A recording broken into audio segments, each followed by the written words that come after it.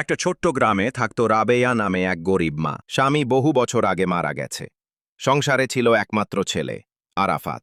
মা দিনরাত খেটে মানুষের বাড়িতে কাজ করত, যাতে ছেলেটা স্কুলে পড়তে পারে। ছেলেটা জানত মা কত কষ্ট করছে, কিন্তু মুখে কখনো কিছু বলতো না। প্রতিদিন দুপুরে যখন অন্য ছেলেরা টিফিন নিয়ে আসতো, আরাফাত শুধু কলের পানি খেয়ে নীরব থাকত। বন্ধুরা জিজ্ঞেস করলে সে হাসি দিয়ে বলতো, আমি মায়ের হাতের রান্না ছাড়া কিছুই খাই না। কেউ জানত না তার জন্য আসলে কোনো খাবারই ছিল না। বেশ কয়েক বছর কেটে গেল। একদিন পরীক্ষার ফল বের হলো। পুরো গ্রামে প্রথম হলো আরাফাত।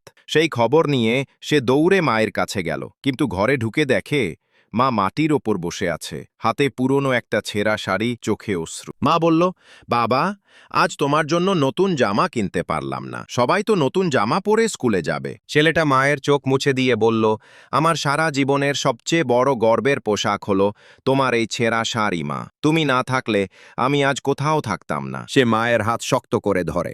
প্রতিজ্ঞা করছি, একদিন আমি তোমাকে সব সুখ দেব মা। তোমার জন্য নতুন ঘর বানাবো, সুন্দর কাপড় কিনব, কিন্তু তোমাকে আর কখনো কাঁদতে দেব না।